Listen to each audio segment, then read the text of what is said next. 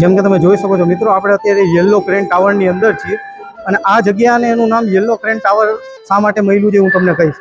આ પેઇન્ટિંગ જે તમે સામે જોવો છો ને, આ 9 મીટર એની હાઇટ છે અને 6 મીટર વિડ્થ છે.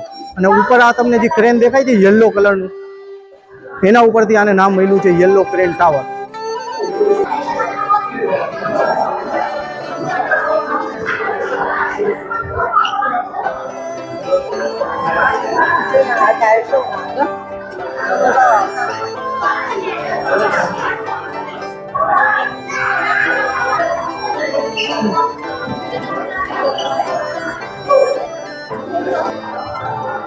અત્યારે આપણે યલો ક્રેન ટાવરના 3rd ફ્લોર ઉપર છે.